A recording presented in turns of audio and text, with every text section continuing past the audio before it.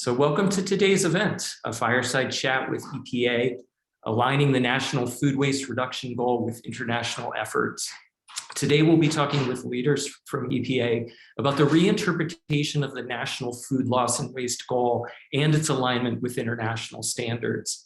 This new interpretation will encourage prevention of wasted food, and we'll explore how this may impact the food system and what implications it could have for people and organizations across the food supply chain. I am seeing many familiar names in the room today, as well as a bunch of new ones, so thank you all for being here. And with that, I am excited to introduce our incredible speakers and welcome them to join me. First up is Claudia Fabiano.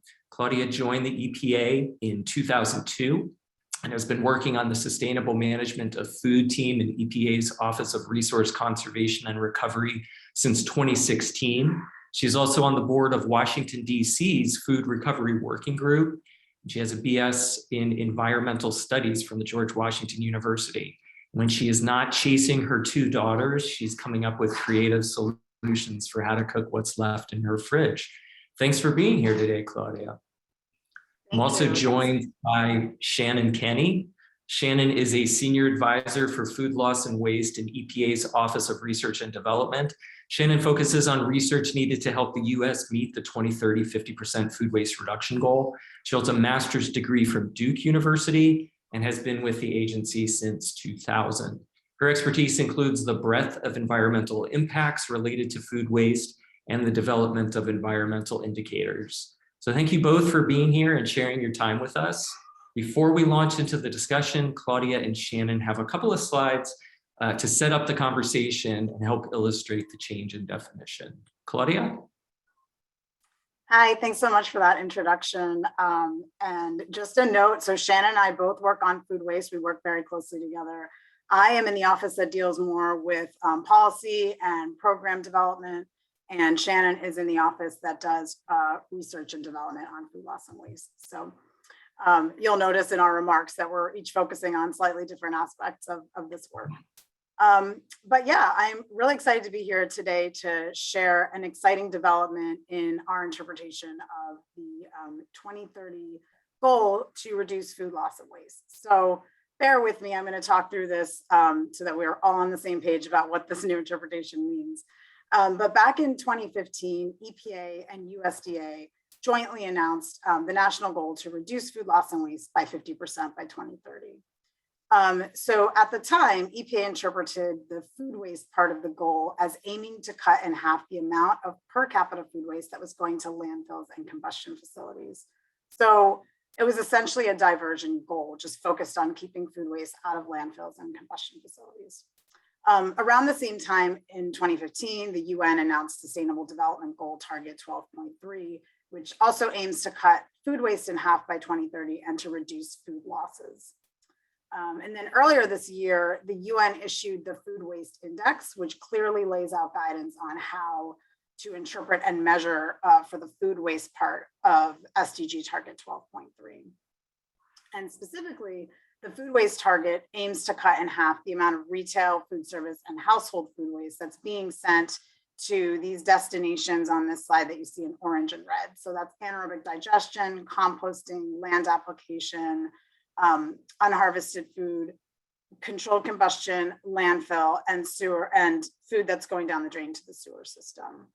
So, you know, this guidance on the international target that came out earlier this year, coupled with our administration's focus on climate change and our recently revised wasted food measurement methodology that came out in 2020, led EPA to officially align our baseline and goal for reducing food waste in the US with the international target just a couple months ago in September of this year.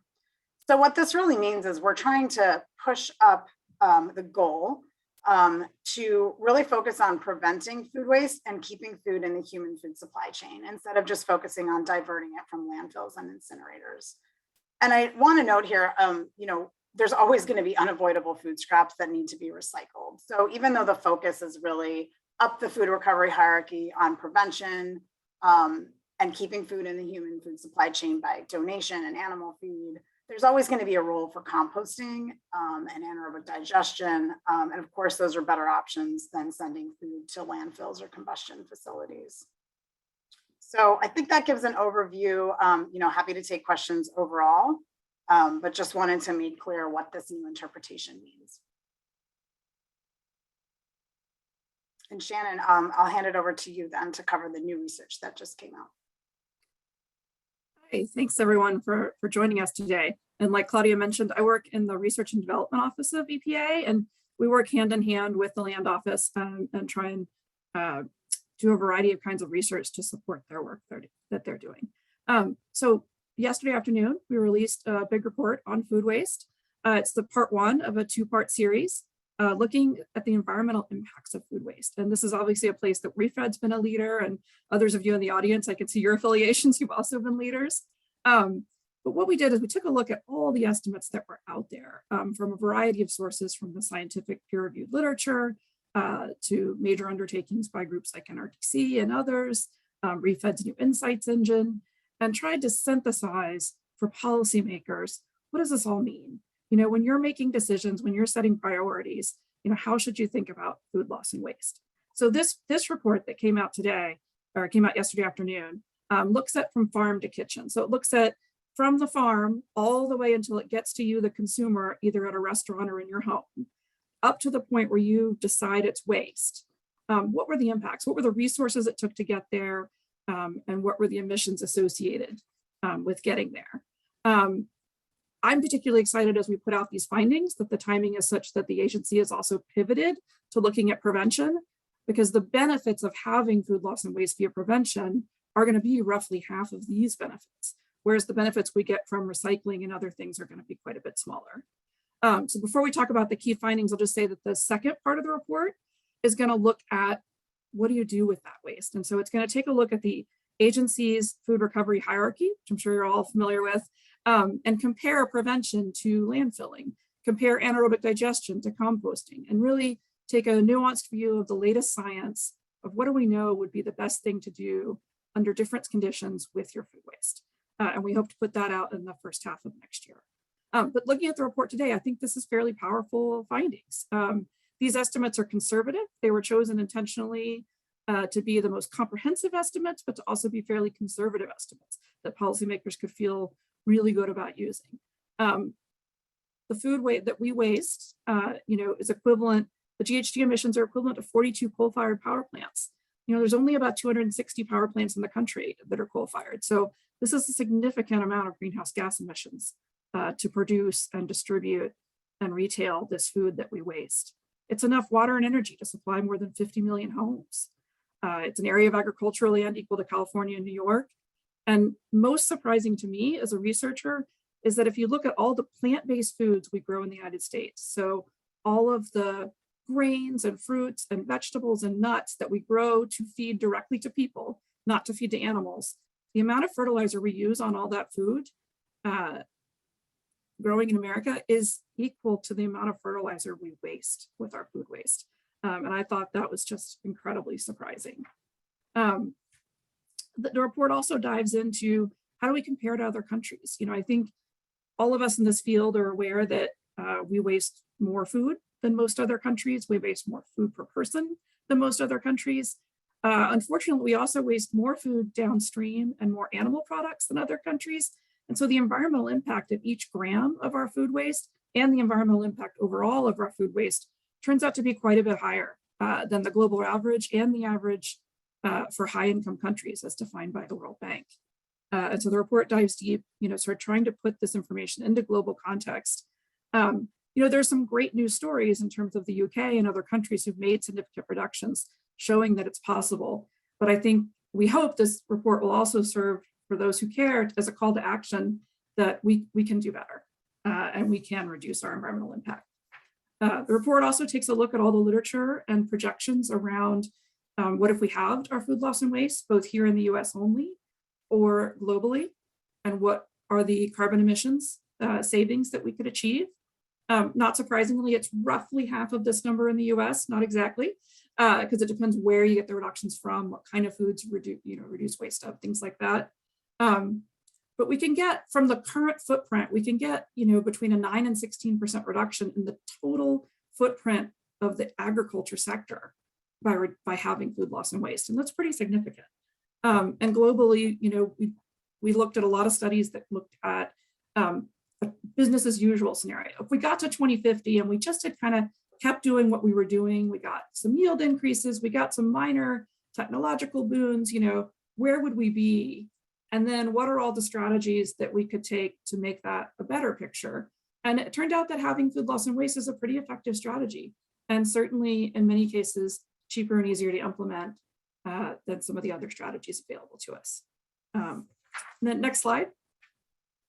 And then I think most importantly, from a policy standpoint, we really wanted to show, again, something that I think has been surprising to a lot of the folks in leadership positions at the agency is that when you look at the total food available to Americans at retail and restaurants, and you can see we consume roughly half of that, and then you look at what's left.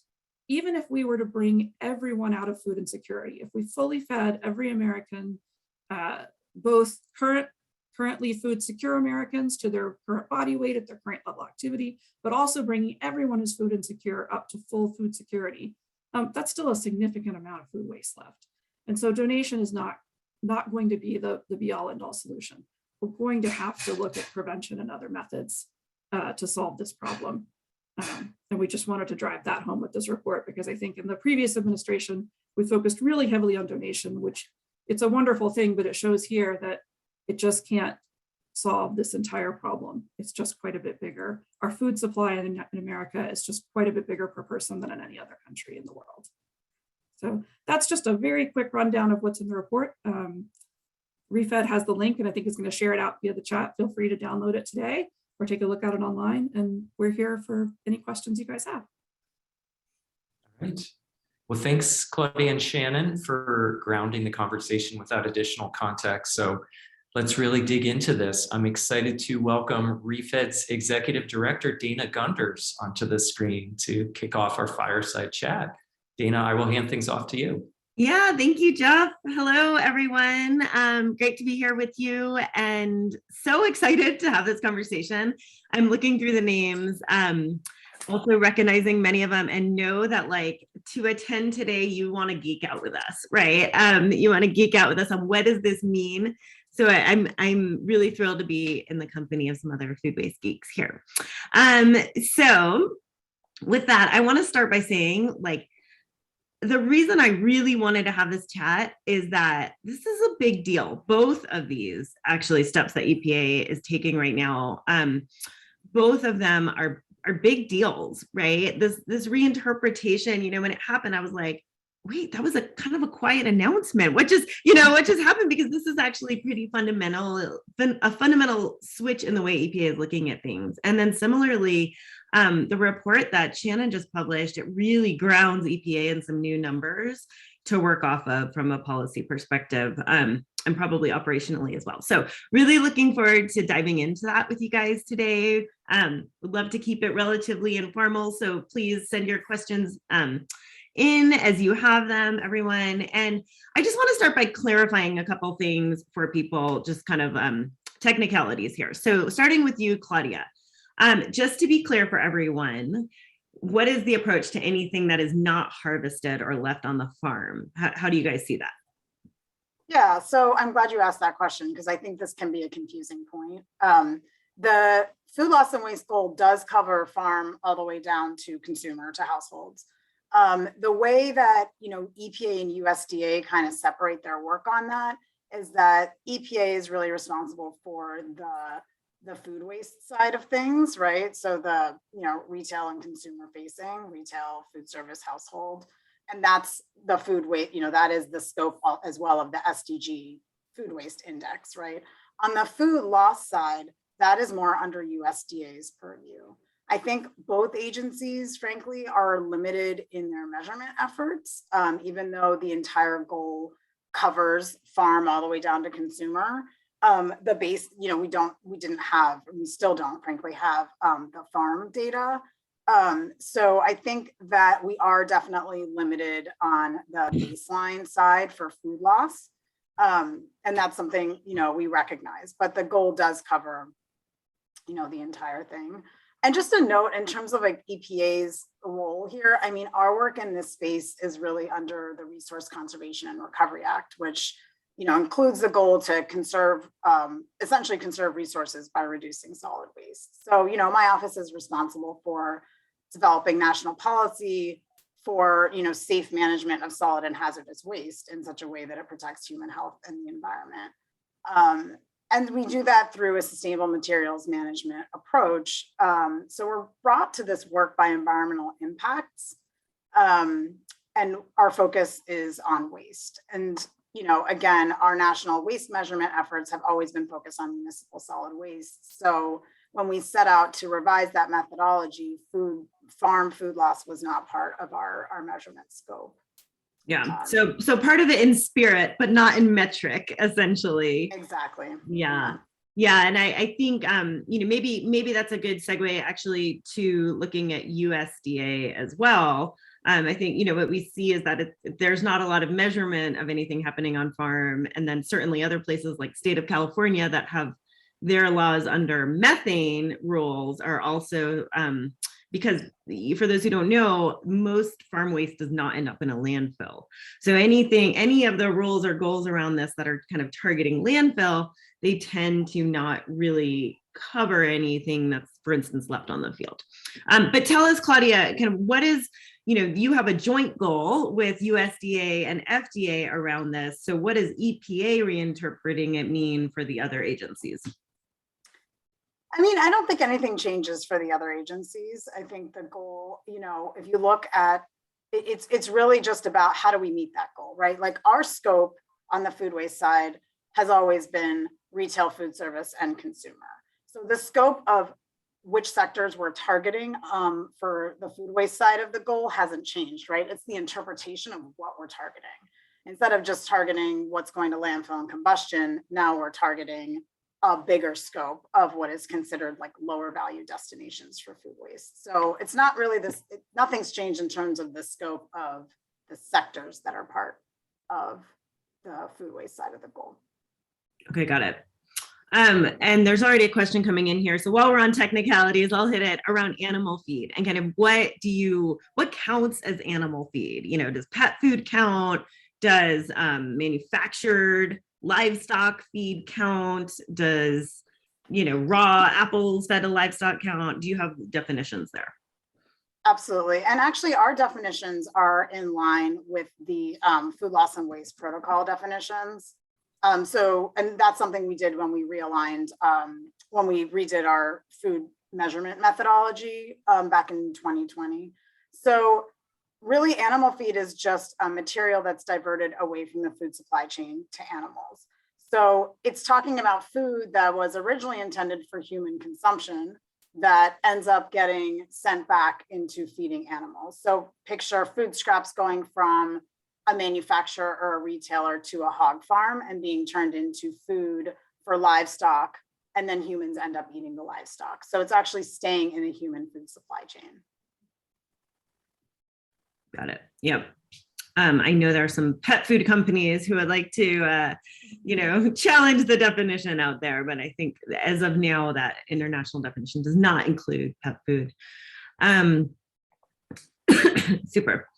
Great. Okay. One sort of technicality question for both of you, and then we'll move into some other aspects here. So not long ago, the EPA put out their 2018 wasted food methodology with some numbers, and now you're coming out with this one with numbers. So how do those two approaches work together, or are they different numbers? Can you speak a little bit about the process there? Yeah, so what changed with our national measurement methodology was that prior to 2020, our methodology did not get into details as to where the food waste was being generated. So we didn't publish details on what sectors are generating how much waste, right? And it also only measured how much food waste was going to landfills, combustion facilities, and composting. So it really didn't give us the full picture. There was a lot of assumptions made about how food was being handled. So because we didn't include so many of these other destinations that we know food waste is going to. EPA also simultaneously around 2015 or 2016 started collecting anaerobic digestion information directly from facilities who digest food waste. So we had that other data about AD, and we wanted to make a much more comprehensive measurement methodology that actually gave us information on where all the food waste is coming from and what destinations it's going to beyond just landfill combustion and compost. So the new methodology provides estimates for all of those destinations that were on the slide, except for not harvested, because that has to do with farm food loss, which we don't measure. So we now have data that's specific to where the food waste is being generated and which destination it's going to. So that includes anaerobic digestion, compost, land application, combustion, landfill, sewer, which are the food waste destinations that are counted, that we're trying to reduce by 50% in the goal, as well as animal feed, donation, and biomaterial processing. So the baseline, I think you were going to get to this, Dana, right? Like, how are we doing in terms of our goal? So I'm just going to go ahead and segue to that. But yeah, so given our new methodology, the first year that we had numbers available using the new methodology was 2016. And as of 2016, which is 1 year after the goal was announced, it was 328 pounds per person going to those food waste destinations, right? AD, compost, land application, combustion, landfill, and sewer. So the goal is to cut that in half by 2030 to go down to 164 pounds per person. Our most recent year for which we have data is 2018. And in 2018, we're showing a slight increase from 2016. So it went from 328 to 334. Essentially, it's staying flat. We haven't seen reductions yet. Keep in mind that's 2018, right? So I couldn't tell you like what the 2021 numbers are going to be. And Dana, I know ReFED's numbers are also showing like a similar kind of flat, not too much either way. So that's where we are now. So it's not great, but that was only 2018, a couple years after the goal was announced, and we know we still have a really long way to go. And the other thing I'll say is we fully recognize that this goal was going to be hard to meet even with the older definition. This new definition, I will just be completely honest, makes it even harder to meet. But I think it's still really important to have meaningful goals that drive prevention, even if we don't get there. Obviously, we're going to do everything we can to get there, but this is a really ambitious goal. And just going to be honest about that. It is. I couldn't agree more. I was thrilled to see you increasing the ambition, but also it is very ambitious. So it just means we all need to be all hands on deck working on it, right? Great. So, and I will just add in here that, I think Claudia, Shannon, myself, and others in this field recognize like there's a lot of numbers out there, right? And you should all know that Claudia and I have like completely geeked out on a spreadsheet together with our numbers side by side and really try to learn from one another on kind of what the best approach is, because it is really hard to get information. And I actually see a question coming in here that is like, how do you collect this data, right? We do not have scales on every garbage can out there. And if we did, it still wouldn't be collecting data because there's food and other things mixed in there, right? We don't have cameras. We don't have a way to actually measure everything that's happening out there. So everything that we're doing, everything EPA is doing, it's all a model. It's all an estimate with our best guesses. We're taking small studies and extrapolating. We're taking, amount of food waste per hospital bed, and then looking at all the hospital beds in the country, right? Like that sort of thing, and trying to just get a snapshot. And it can be really challenging to actually see progress in those numbers. And that, anyways, that's a kind of a sense of how you get the numbers. But Shannon, I think it's a good segue to you.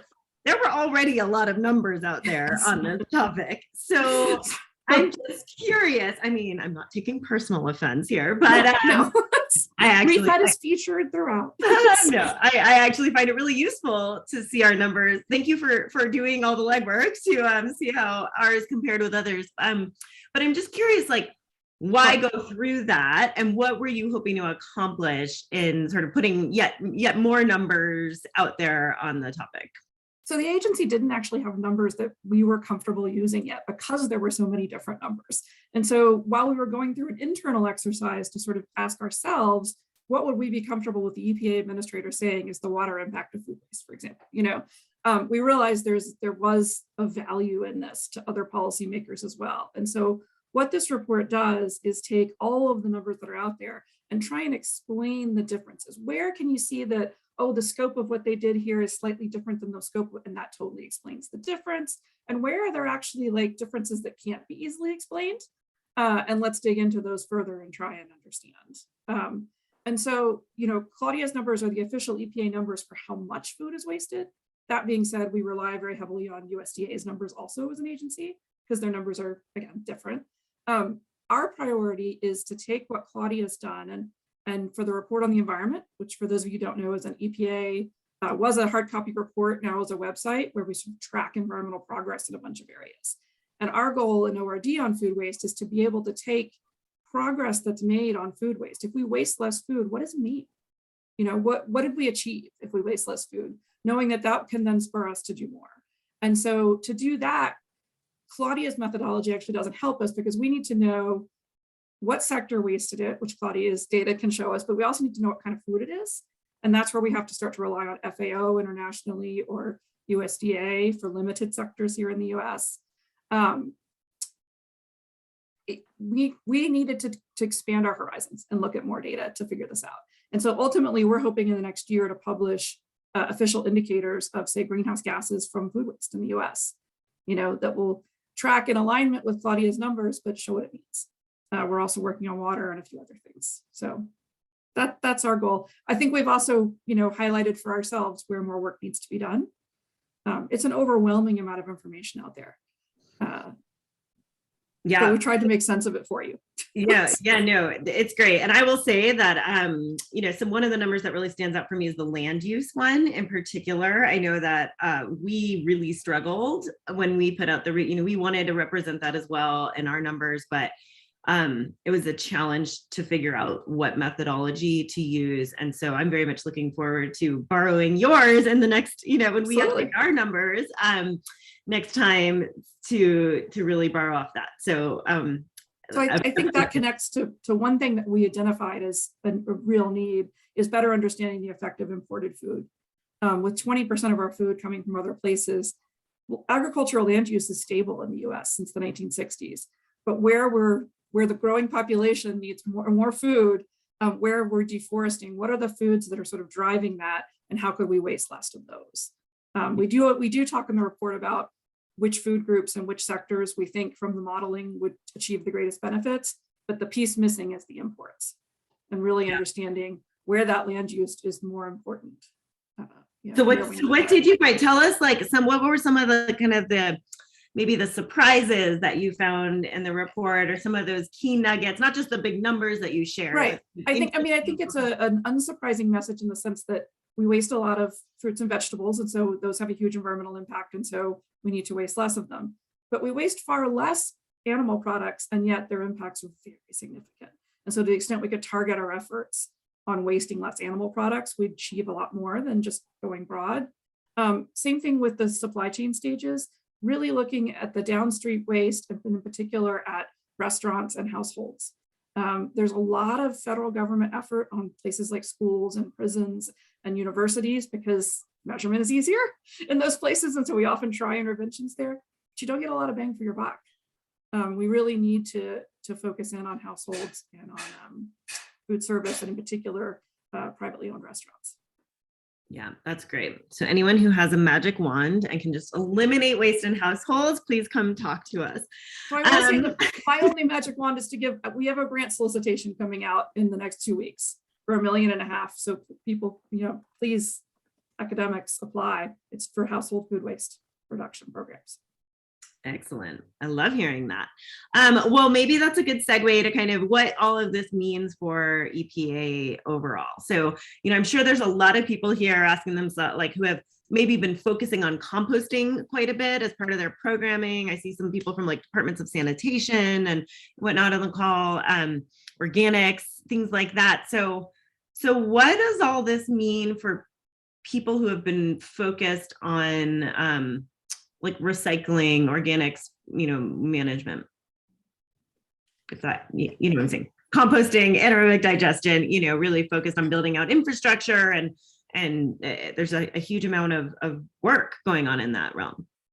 Absolutely. And the message here is not to stop that, right? I mean, the message here is we can prevent food waste while also increasing organics recycling, right? So we want to keep food out of landfills, but if we just focus on keeping food out of landfills without actually reducing the amount of food waste we're generating, we're not going to get very far from a climate change perspective, right? So we can prevent food waste and recycle more of it. I think that's the bottom line. So this is the message, definitely should not, and I know this is confusing, right? Because you see those destinations on the slide and you think, wait, so is EPA saying composting and AD are like no go now? And that's definitely not the case, right? So there's always going to be a role for recycling. And in fact, if you've been paying attention, EPA has been really focused on trying to fix recycling. And we just came out with a recycling strategy a couple of weeks ago. So there's a huge focus on recycling. And we think this is complementary, right? We can prevent waste while also increasing recycling opportunities. So the message is definitely, continue to recycle food scraps. There's absolutely always going to be a role for that. And we do want to continue to get as much of that material out of landfills and incinerators as possible. I think we just want to be careful not to create false incentive. We don't want to create incentives to compost food that could have been prevented or that could have been eaten by people. And so I think that's always an important thing to keep in mind. We've all probably found ourselves in conversations where we're talking about reducing food waste and we think that means prevent it, and other people are actually really just talking about composting. So I think there's also just been like a terminology issue that this whole reducing food waste phrase can mean so many different things to so many different people. And so we're being more careful with our wording too, let's say prevent if that's what we mean, and let's say recycle if that's what we mean. And as an agency, we're focused on climate mitigation, but we're also focused on adaptation. And composting is a powerful climate adaptation tool. It retains water, it sequesters carbon. I think the next report we put out is going to highlight a lot of the benefits of composting. That would be fantastic, Shannon. Yeah, I've noticed that when people analyze composting, they're either analyzing it from the waste management side, and then their boundary is the creation of the compost and not the application, or they're managing it from like the farm practice side, and then their boundary doesn't include the waste, like kind of the avoided methane benefits. And so I haven't seen a lot that really kind of is a life cycle analysis of the benefits of compost. Right. That is our intent. That is what we're drafting to better take that into account. That's great. That's great. Super. So one more question, then we'll switch to the audience here. Could you say a little bit more about, I know EPA has received, actually you have funding already. You've received a decent amount from the infrastructure bill in a few different buckets. And then there are some buckets within the Build Back Better that I think would flow to EPA as well. So could you just say a little bit more about how the reinterpretation, maybe how the new information you're putting out, Shannon, what does that mean for both EPA's programs and any grant making or other funding programs that you have in particular? Yeah, sure. And this is absolutely on the forefront of everybody's minds. And I just want to be clear about what the funding is. So the funding we've received so far from the infrastructure bill relevant to our work includes the solid waste infrastructure for recycling grant program, which was a total of $275 million over 5 years, and then $75 million over 5 years for recycling education and outreach efforts. So that's a total of $350 million over 5 years. That doesn't include what we may receive from the Build Back Better Act, which last time I checked was, I think, $95 million for organics reduction, $95 million for waste reduction in general, and $10 million for data collection. So, that remains to be seen what we get there. This is unprecedented amount of funding for my office. We've never had anything close to this before. So, we're just starting to build these grant programs. I mean, one of our goals is to ensure that this, really unprecedented investment will not only expand recycling across the country, but also help communities increase opportunities to, reduce, reuse, and compost materials, including food. But I really have to say, we're just starting to build these programs, and we're going to need to hear from partners and stakeholders to develop these programs, I think. I mean, this is a lot of money, and we want to make sure it's spent thoughtfully. So I can't say exactly what these programs are going to look like at this point, but we're really excited. I mean, this is a huge turning point for our program. Just to give you a sense of scale, I mean, when Claudia and I were able to get $1.5 million for research to hand us a grant, we were so excited in this administration, right? We had no idea these other kinds of numbers could ever be possible. So. That is great. Well, thrilled to hear that. And we'll see what happens with Build Back Better as well, right? Okay, so I'm going to turn to some audience questions that are coming in. There's no shortage of them. So let's just knock out one or two easy ones here. I'm sorry if I'm mispronouncing your name. I think it's Elka is asking, will the EPA reestablish the food waste tracking portal that was closed earlier this year? I think that's a question about the Food Recovery Challenge, which was a program that we had for about a decade. And we did sunset that program a few months ago. And we're currently, given this really big turning point in our program with all of this grant funding and new programs, we are pivoting. And so we're undergoing a process right now to figure out what any future partnership programs might look like. But as of now, the portal that was used for Food Recovery Challenge has definitely been sunset, and stay tuned for any future partnership type of opportunities. Okay, that's good to know. I did not know that. So glad we asked here. And another kind of straightforward one for you, Shannon. BK Sharma is asking, is the data shown in Shannon's report, does that include food waste on farms at all? Yes, it does. No, and we're quite clear where the data, we used icons and stuff throughout to show when we're talking about the whole supply chain and when we're talking about a part of it. But our intent was to make the broad scope. That's great. And they're also asking, what are major points in the food chain where food is wasted? I think here in the US, it's found the same, and did all the reports find the same thing? They did. I mean, you're looking at roughly half is happening at households and retail.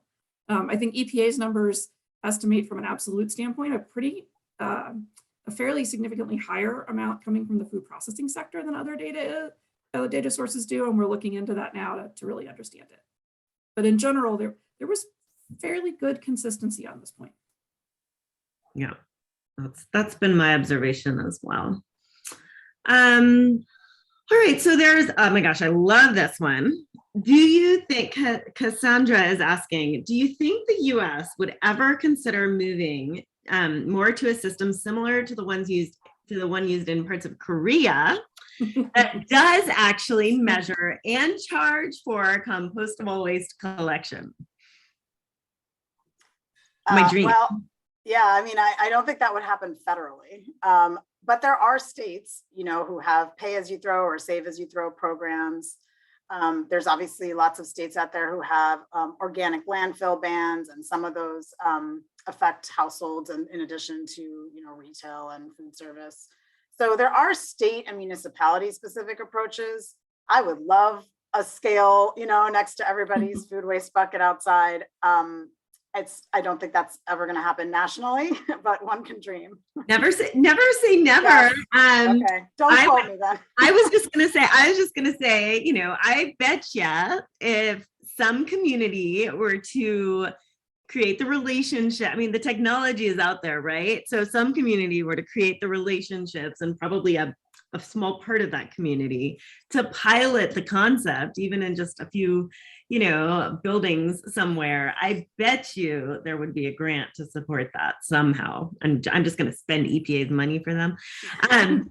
But no, I mean, it's amazing. I have been on webinars with the people in South Korea who have rolled that technology out, and they say it has reduced household food waste by like 35% or something pretty incredible. So hard to imagine it happening here in that way, but also would be interesting to who knows, right?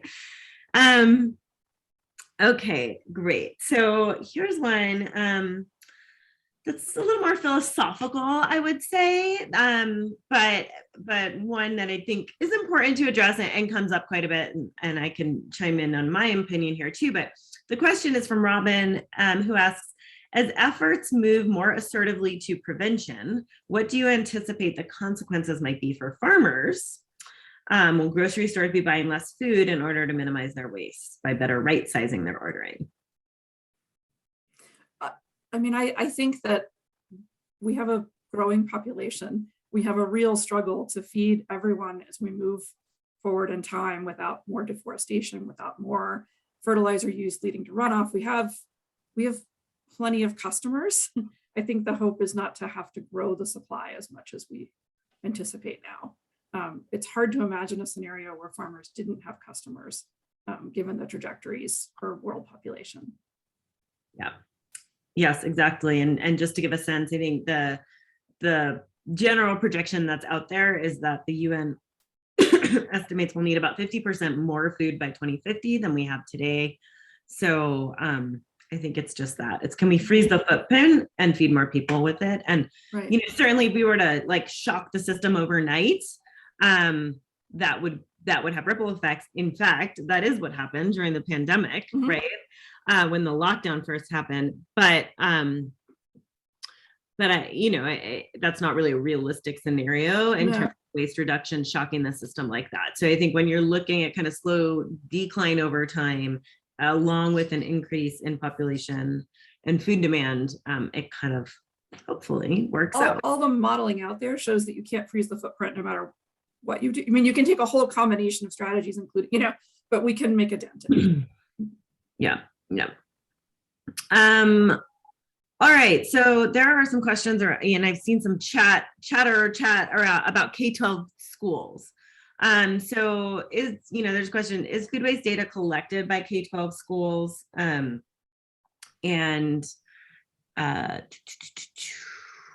have a suspicion there's quite a bit of waste, and trying to figure out why. And is there a path through public policy to address these issues, which I'm guessing you may not chime in on, but go ahead. Yeah, I mean, in terms of all the policy around school lunches, I'd really want to defer to USDA on that. I will say that, food waste in schools gets a lot of attention, and rightfully so, right? Because our kids go to school and they learn, and that's where they see, they see food being thrown out. And it's not a great way for, kids to learn how we value food, right? If they're seeing so much waste in schools. According to like our national numbers, food waste in schools is actually a very, very small slice of the pie. So, I will say that's, I don't have the number right in front of me, but it is a pretty small percentage of, at least according to our estimates, which of course are all estimates based on best available data. In terms of measurement, I'm sure a small number of schools are measuring. I mean, there's a lot of work going on in schools, whether it's reducing cafeteria food waste or setting up share tables or starting up composting programs in their gardens. I mean, there's some really cool work out there. And what I really like to see is when that's paired with education around food systems and around just valuing food in general. Because I mean, if we don't teach our kids that food is valuable, then we're not setting them up, to be food waste warriors in the future. So there's like some really cool work out there, but in terms of tonnages, it's actually a pretty small piece of the pie. And there's some huge trade-offs to reducing food waste too far at schools, where you might want to, in a business, be incredibly efficient in your targeting. You might then be eliminating, say, vegetables from the tray because they might be the thing that's most wasted. As moms, there's other things to consider too, of exposing kids to healthy foods and making sure everyone has access to healthy foods, even if there is some food waste attached to it, because in the grand scheme of things, that's not significant food waste. And I also just want to give a shout out. I see lots of folks putting resources in the chat, which is great. World Wildlife Fund has done some really great work in schools. So if anybody's interested in that and not aware, check out their Food Waste Warrior. They've got you know, curriculum and measurement approaches, and EPA and USDA and University of Arkansas also put out a food waste audit guide specific to schools as well. Yeah, a lot happening there for sure. So there are a couple like food rescue, food recovery questions in here. You know, if this excess is donated, does it count as waste? You know, it's not negative if there's excess and it can be used to feed the hungry. And also, sorry, I'm terrible at reading questions while I'm doing this. But also one about kind of grants for food rescue. Currently working on food rescue projects that are looking at food pantries and app developers. Are there any grants around that? Yeah, so I can hit the grant question first. And EPA does keep a running list of federal grants related to food waste on our website, and I can pop the URL in there in a minute. But so we'll track any national EPA grant opportunities, USDA grant opportunities, and then we also have 10 EPA regional offices, and many of those have their own grant programs. So definitely worth checking out that website, and then depending where in the US you are located, checking out the EPA regional grant opportunities, and they come up at different times of the year, just depending on what region it is. So some of those grant opportunities have been used for food rescue type of work. Another one I'll just shout out there is the SBIR grant program, which is focused on small business innovation and technologies. So food waste has been one of the topics under that program for several years now. So for the more technology focused endeavors, I would say check that program out. Shannon, did I miss anything on the grant front? And of course, the one that you were just talking about before, which is but that and those will be more large scale research grants. Right. You know, $750,000 each. Okay. And I think the earlier part of the question, Dana, was just about whether donation counts as waste, I believe. And so if you look back at the slide, you know, that is absolutely not part of the bucket of destinations that we're trying to reduce by 50%. So donation or sending food to animal feed, those are keeping food in the human food supply chain. So that's not part of what we're trying to reduce by 50%. Yeah, that makes sense. All right, a couple of questions here about food processing. One kind of looking at like bigger scales, anything being done to look at more processing to increase shelf life. And also dating information so that people understand what the dates mean. And then another that's asking more about food preservation at home, fermentation, pickling, canning. Is that something that we should be promoting? This person works at an education center and is trying to promote food preservation. Yeah, I mean, absolutely. You know, one of the, you know, key things to helping people waste less at home is just helping them maximize the food that they have on hand, right? So whether that's eating it, whether it's freezing leftovers for later use, whether it's preserving and pickling, I mean, these are all great methods. They're not all going to work for everybody, but absolutely. And I think it's part of food education too, right? I think, you know, 30 years ago, everybody knew how to preserve food. Now that's not something we're really actively learning anymore, but I have seen some really great extension programs and other educational opportunities on that front. So yeah, those are all great methods.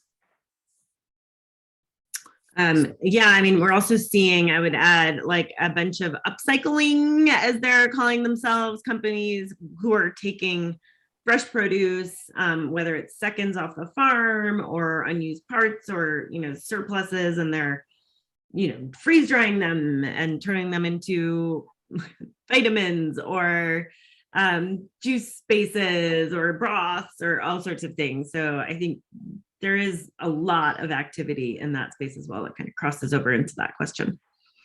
All right, here's any specific fun facts related to recent inflation, shrinkflation on waste in the household food service sectors. I don't know, Shannon. Does anything come to mind for you? I mean, household measurement is so difficult anyway, as you well know, Dana, that I don't think we can get that precise to really understand the impacts yet. No, I mean, I guess the only thing I would say, I don't think we have any real fun facts, but I think as a general trend, right, food is in the US, food is a smaller portion of our budget for the average American than in any other country in the world.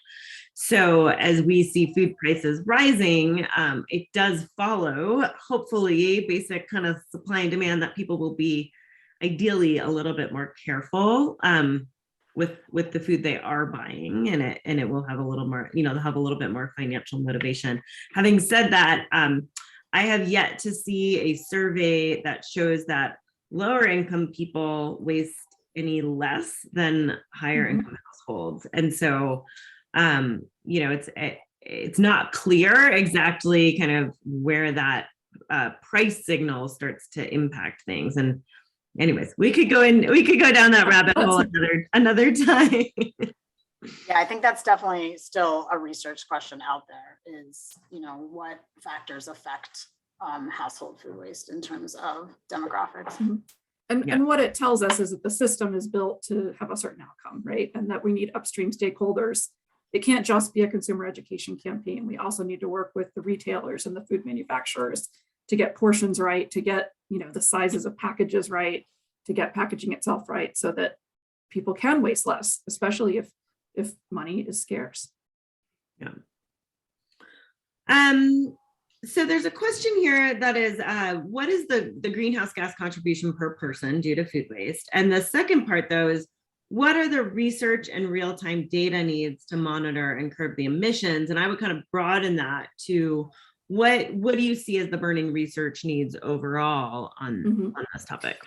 So I think the fact that when I mentioned imported foods, I think that's a huge one to understand what those impacts are so we can better target our efforts. But I think downstream, I don't think we actually have a good handle yet on landfill emissions from food. What we're learning is that food decays really quickly, much more quickly than the other organic materials in the landfill. And in fact, a lot more of it might be off-gassing prior to even to a landfill being capped and the methane being captured.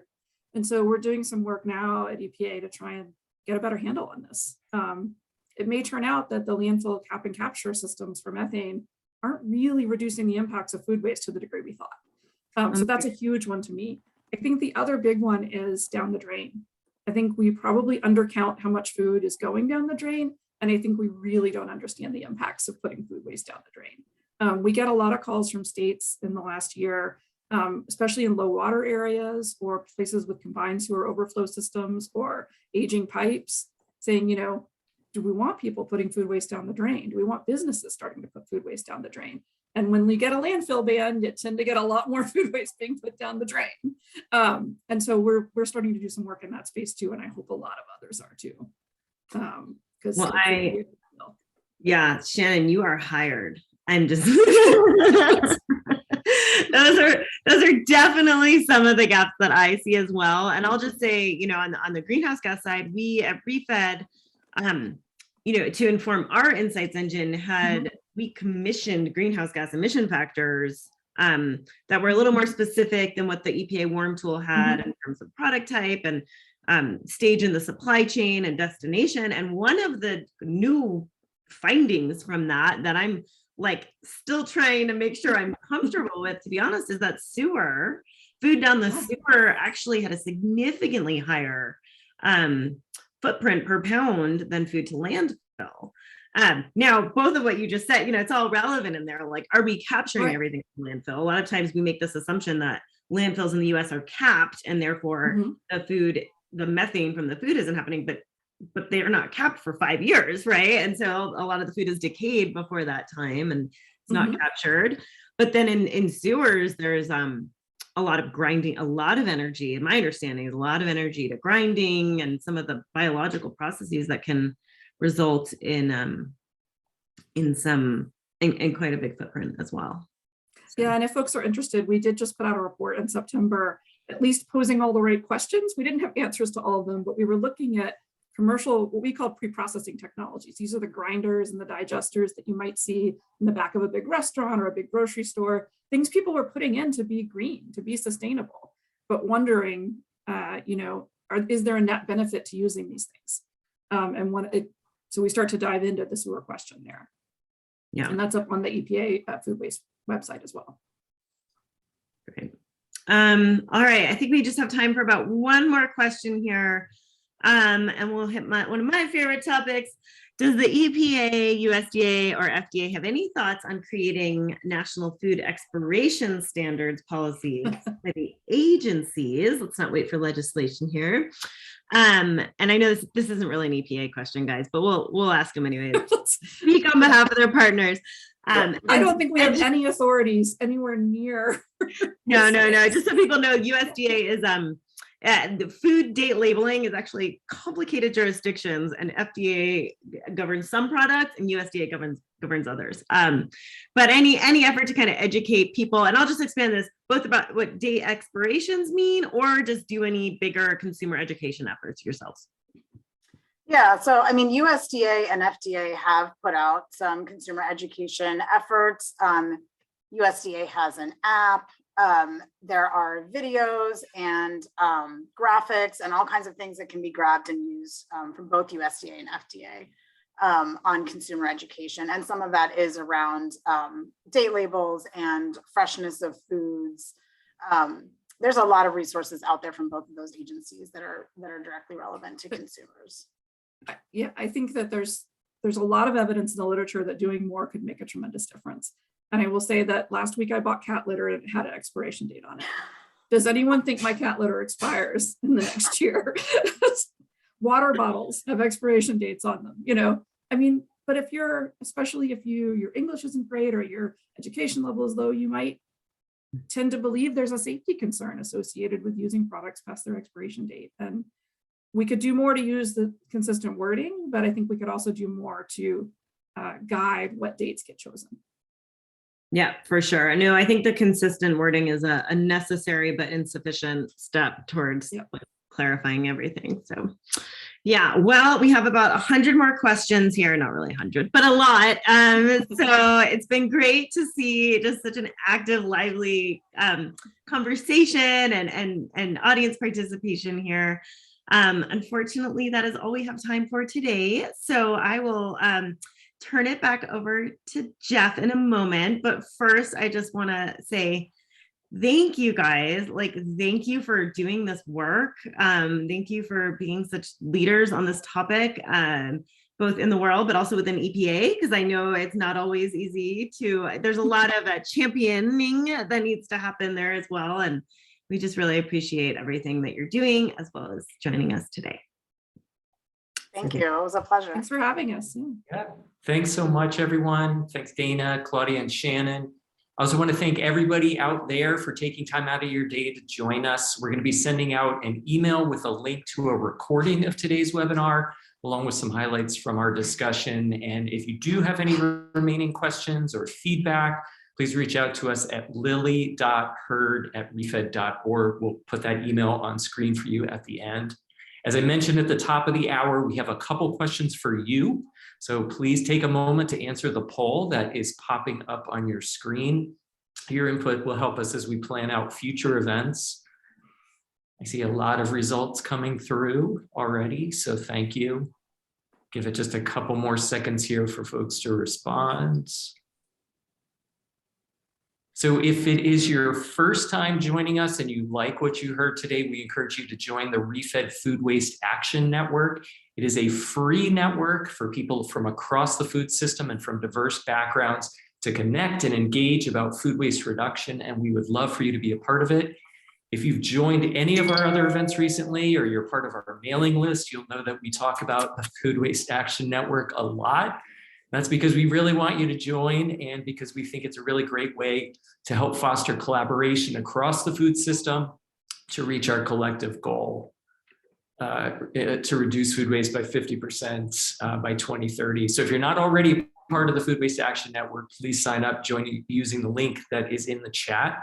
I'm also excited to share that ReFED is launching a brand new food waste funder circle. It's a special network designed for private, public, and philanthropic funders interested in using their capital to solve food waste challenges. It's co-founded by ReFED and our friends at the Upcycled Food Association. And it offers a curated platform for funder education, collaboration, and investment to help drive the capital flow that's needed to reach the 2030 reduction goal.